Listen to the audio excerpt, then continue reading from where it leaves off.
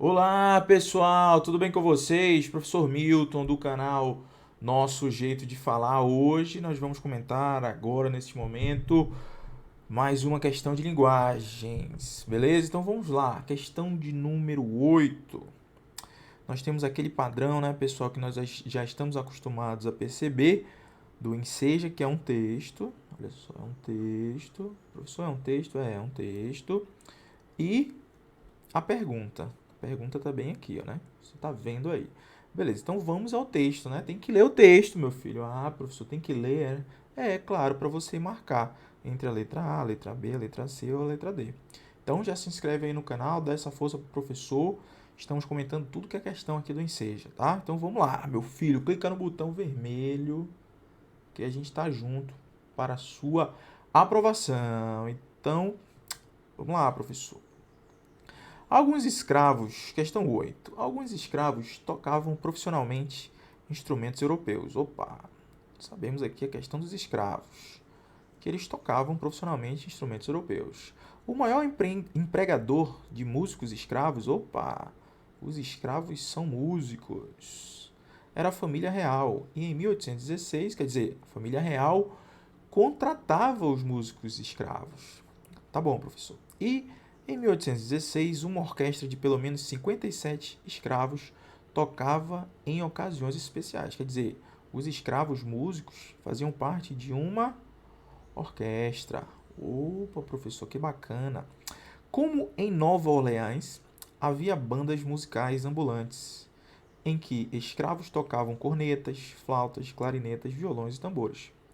Então, o que acontecia lá em Nova Orleans? Havia bandas musicais de escravos, que eles tocavam diversos instrumentos, cornetas, flautas, clarinetas, violões e tambores. Nas ruas, na ópera, nos salões e nos enterros, proliferavam os grupos musicais negros, né? Então nós lembramos aí que nessa época aí de 1816, havia a escravidão dos negros, né? E com base nesse texto aqui do Enseja, nós percebemos que alguns desses escravos negros tocavam instrumentos musicais, faziam inclusive parte o quê? De orquestra, tá vendo aí, meu filho? Olha só, opa, tocavam diversos instrumentos nas ruas, na ópera, nos salões, e eles ainda eram contratados pela família real. Beleza, professor, consegui entender. Então vamos lá. O que o examinador do Enseja quer? O texto trata de práticas musicais que ocorriam no Brasil no início do século XIX. Beleza. A citação à cidade de Nova Orleans, que fica no sul dos Estados Unidos, evidencia a letra A, centralidade dos negros no cotidiano musical do continente americano. Opa! Essa parece estar boa, né, professor? Vamos lá. Novamente, a citação à cidade de Nova Orleans, que fica no sul dos Estados Unidos, evidencia o quê? Volta lá, professor, olha só. Como em Nova Orleans havia bandas musicais ambulantes, em que escravos tocavam cornetas, flautas, clarinetas, violões e tambores. E lá proliferavam os grupos musicais negros, né? Nas ruas, na ópera. Era como em Nova Orleans. Beleza? Então você já percebeu isso, meu filho. E a letra B? A citação à cidade de Nova Orleans, que fica no sul dos Estados Unidos da América, evidencia a semelhança entre a música brasileira e a música estadunidense. Ele falou de música brasileira, filho. Você viu falando aqui o texto dizendo alguma coisa de música brasileira? Não tem nada. Então essa alternativa aqui, essa letra, você já tira. Proeminência da música africana nos tempos coloniais. Opa, será, professor? Vamos ver. Ó, proeminência da música africana. Ó, ele fala que tem músicos escravos. Orquestra. Ele falou alguma coisa da África aqui? Não, né, pessoal? Ele não falou. Ele falou que havia bandas musicais em que escravos tocavam diversos instrumentos, nas ruas, na ópera, mas não falou nada de África.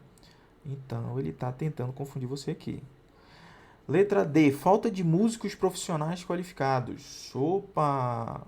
Também não, meu filho, não falou nada disso. Você observa aqui no texto que não tem nada disso. Vamos à letra A.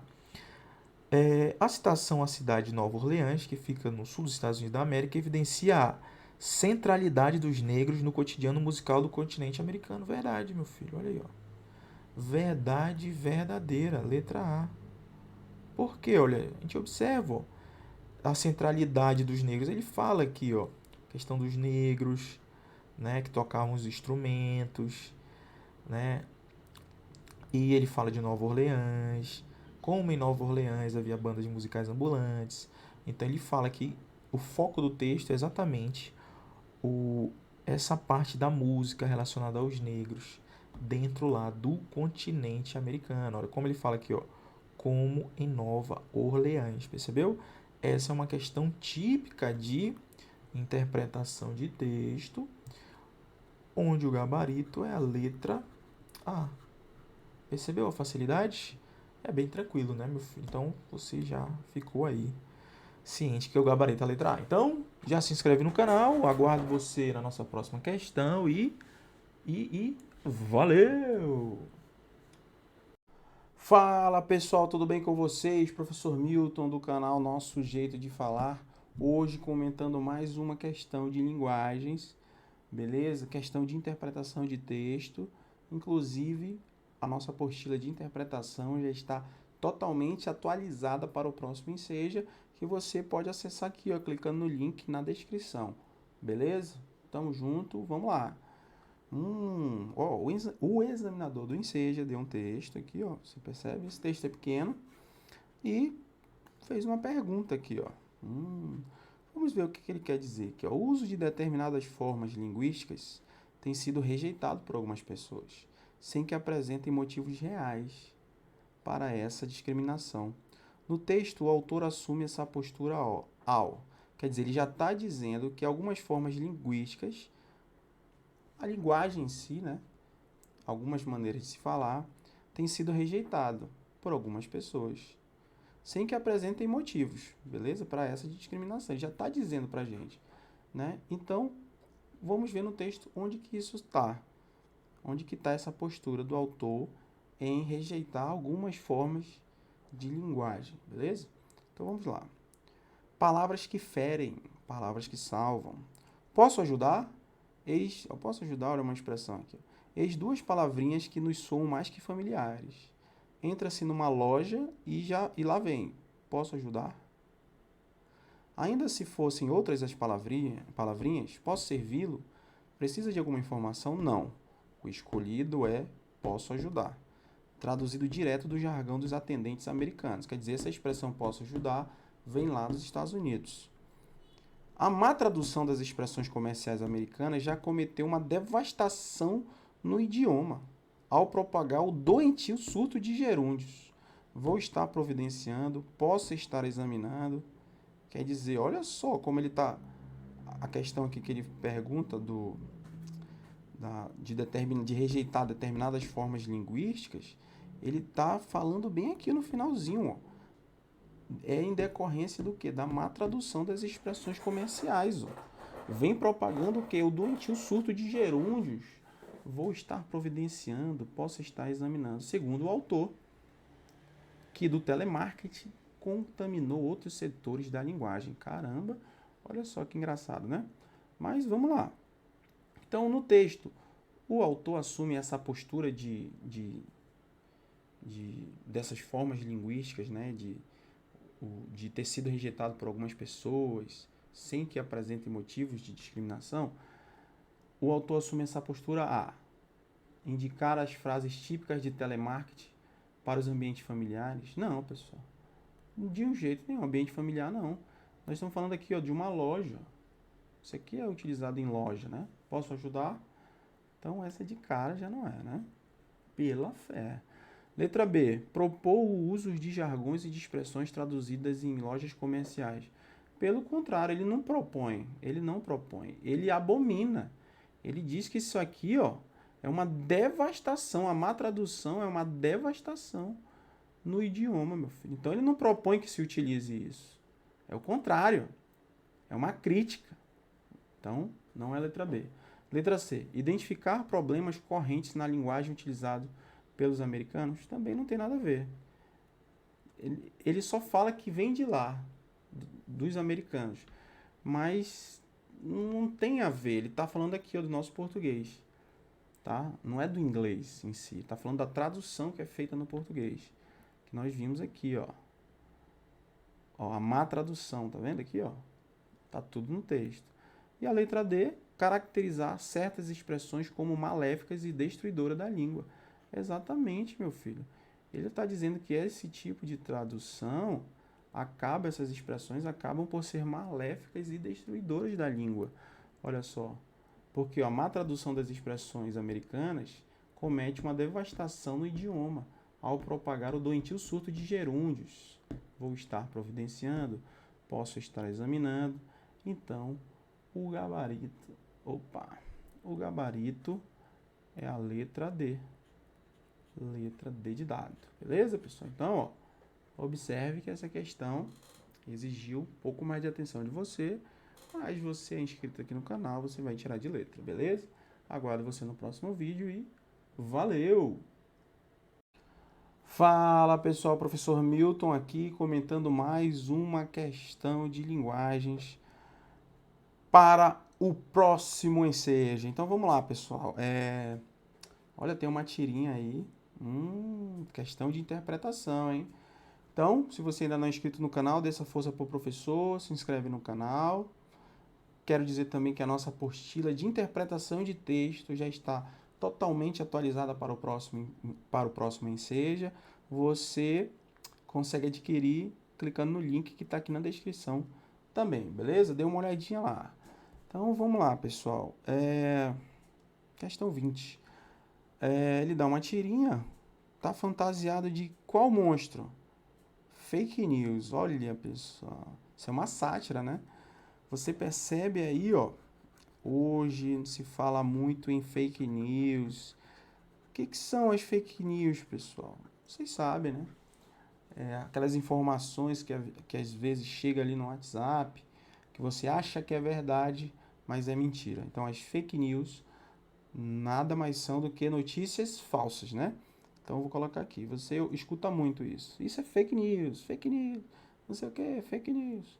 Então, fake news são notícias falsas.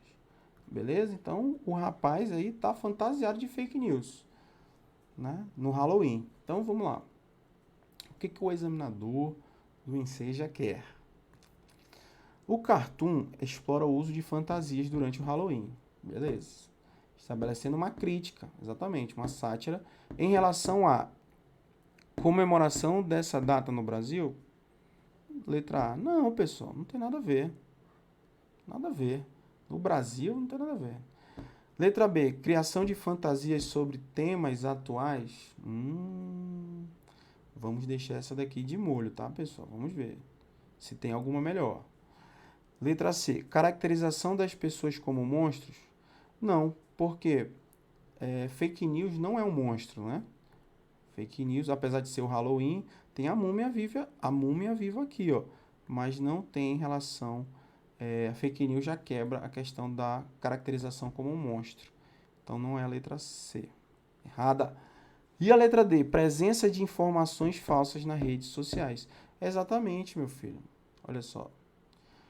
O cartoon explora o uso de fantasias durante o Halloween, estabelecendo uma crítica. Qual é a crítica? Exatamente mostrar a presença de informações falsas nas redes sociais.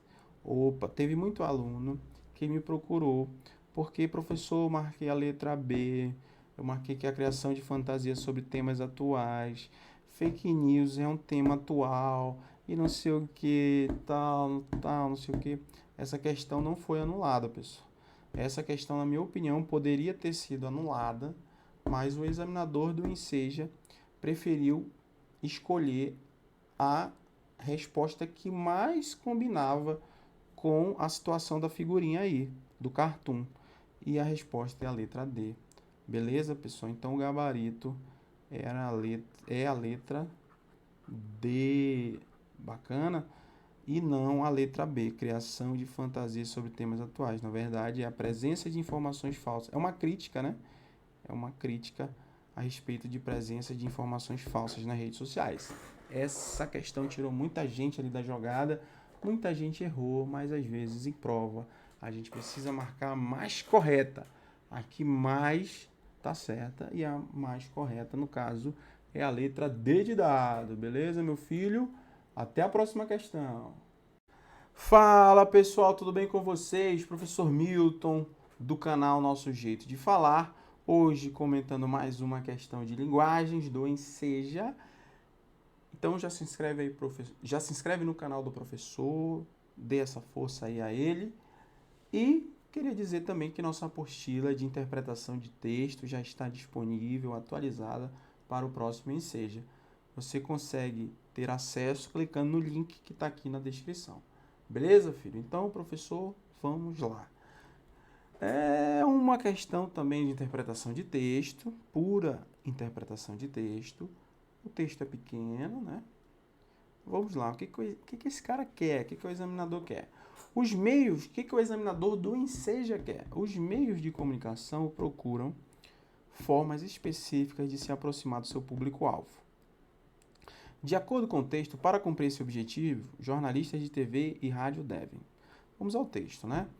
O jornalista deve contar os acontecimentos do cotidiano de uma maneira que toda a sociedade entenda. Sim, claro, o jornalista ele tem que ser direto. O jornalista, meu filho, ele tem que ser direto e reto. Ele tem que ser o quê? Objetivo. Objetivo. Claro que tem que ser objetivo. Para que as pessoas entendam, né? Para que a sociedade entenda, como se estivesse conversando com uma pessoa. É para ela que vai transmitir suas informações. Então não adianta ele querer usar o jornalista querer, segundo o autor aqui, o jornalista querer usar aquela linguagem rebuscada que ninguém entenda. Não vai vender jornal.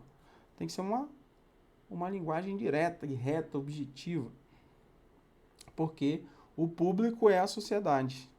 Com essa ideia na cabeça, fica mais fácil escrever um texto que deve ser assimilado instantaneamente por milhões de espectadores. Quer dizer, tem que escrever de uma forma clara para que o leitor entenda. Então, o jornalista tem essa obrigação, escrever claro, direto e reto, objetivo, para que o leitor entenda.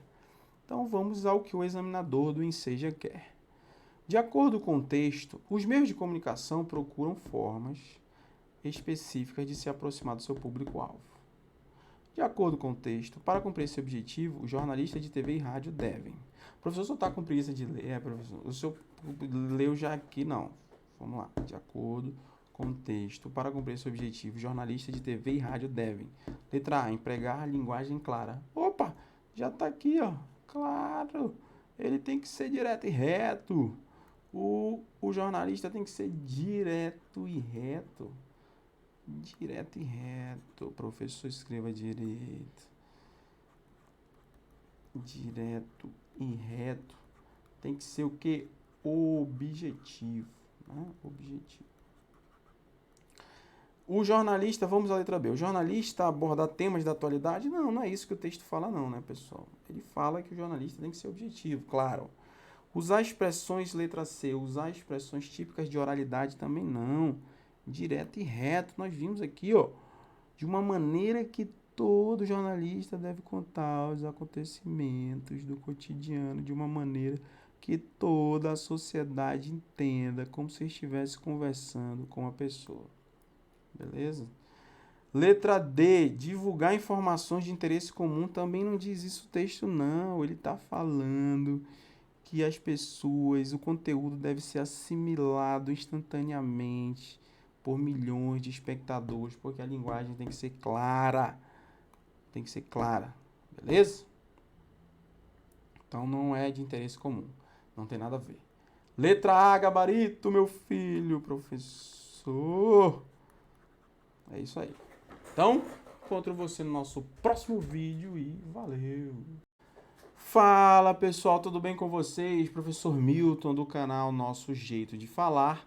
Hoje nós vamos comentar mais uma questão de linguagens do Enseja aqui no canal e já peço para você dar essa força para o professor e clica aí no botão de inscrição, beleza? E também quero falar que a nossa apostila que é um sucesso já aqui na preparação para o Enseja, ela está atualizada para o próximo Enseja. O link está aqui na descrição, já dá essa conferida aí, beleza, meu filho? Então vamos lá. Essa questão é uma questão que o texto é grande. É uma questão que eu considero de um nível mais alto, uma questão difícil. Então eu tive que dividir o texto aqui em duas partes, porque o texto é grandezinho, ó, tá vendo? Dividir em duas partes e aqui o comando do examinador do Enseja. Então vamos lá. Primeiro vamos ver aqui o que ele quer. Ó. O texto aborda reflexões referentes à ideia equivocada de monolinguismo e ao preconceito com os diversos falares. A exigência de que todos dominem a norma padrão da língua como a única possibilidade de uso demonstra que o preconceito não é somente linguístico, mas pode ser ligado a...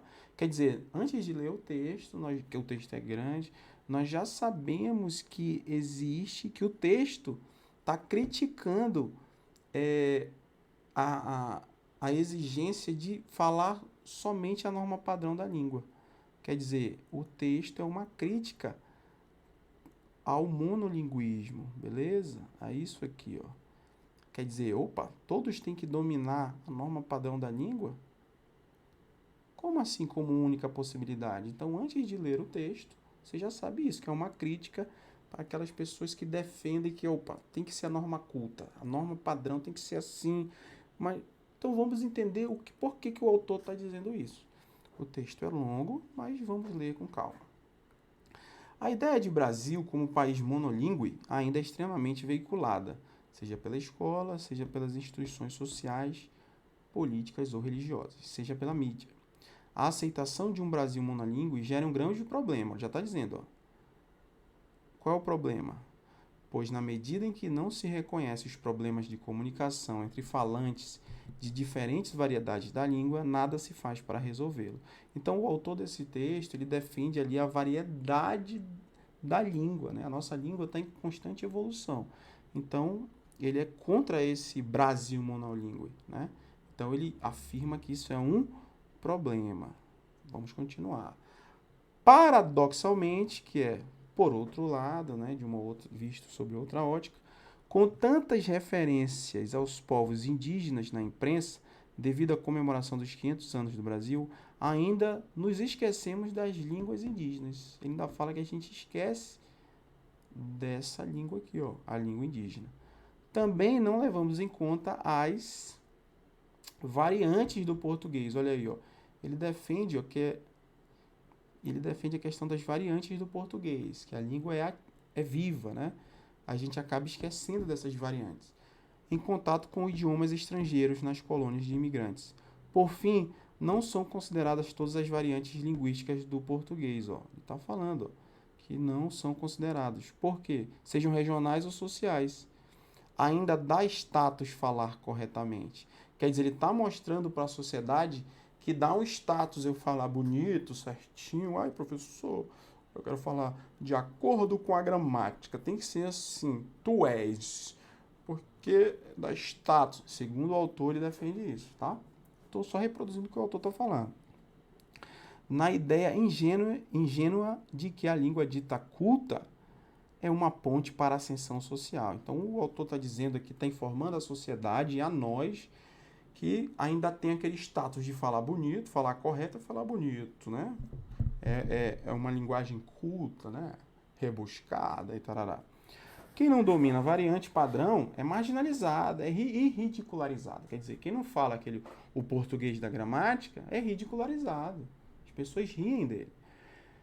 Na hora de preencher uma vaga profissional, num concurso vestibular, numa situação de conferência na escola, beleza. Essa variante padrão, no entanto, é reservada a uma ínfima parte da população brasileira, a mesma que detém o poder econômico e político. Quer dizer, ele está falando ainda, o autor afirma que esse padrão da língua portuguesa, formal, chique, que tem o status, pertence à classe que tem o poder econômico e também o poder político.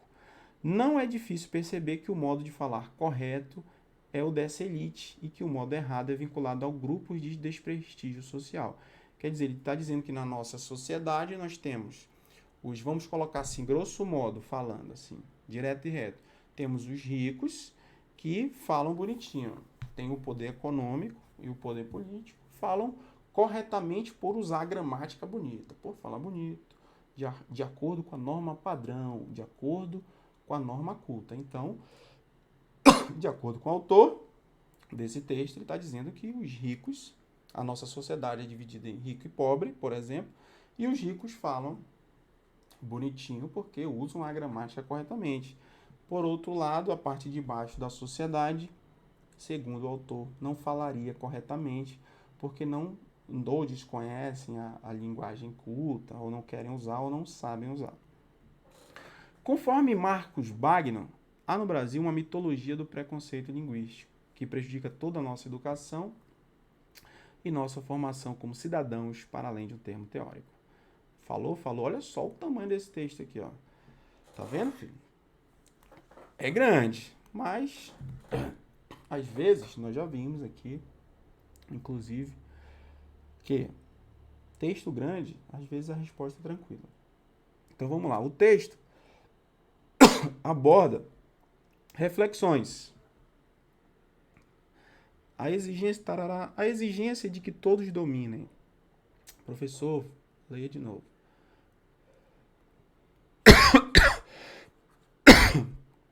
O texto aborda reflexões referentes à ideia equivocada de monolinguismo e ao preconceito com diversos falares. Nós vimos isso. A exigência de que todos dominem a norma padrão da língua como única possibilidade de uso demonstra que o preconceito não é somente linguístico, mas pode ser ligado à raça? Não, pessoal.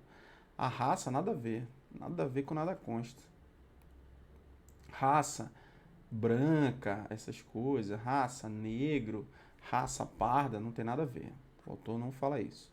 Região, também o autor não fala em região. Geração, idade, também não. Sociedade, sim. Sociedade, sim. A sociedade dos ricos, o autor defende aqui, ó. Olha, eu vou até grifar aqui para você. Não é difícil perceber que o modo de falar correto é o dessa elite e que o modo errado é vinculado a alguns grupos específicos, grupos de desprestígio social. Quer dizer, ele divide a sociedade em duas. Os ricos, né, que ainda têm o poder econômico e político, e os pobres. E segundo o autor, ele afirma aí que a parte de cima fala bem, porque tem condições, e a parte de baixo não, que seriam os pobres. Então, reflete isso na sociedade, tá? A nossa sociedade, ele coloca isso no texto, que ele divide a sociedade em dois pontos, né? E exatamente é isso. Não tem segredo, meu filho. É a letra D de dado. Observa como essa questão poderia ser até considerada média para difícil, né? Mas dá para acertar. O que meus alunos falaram é que eles estavam cansados no dia, não conseguiu ler o texto inteiro, mas dá para você ir pegando. Ó, se você conseguisse observar essa parte final aqui do texto, ó, esse parágrafozinho, essas linhas aqui, quer dizer, você conseguiria acertar a questão, beleza? Então, a resposta é a letra D de dado. E até o próximo vídeo, pessoal. Valeu!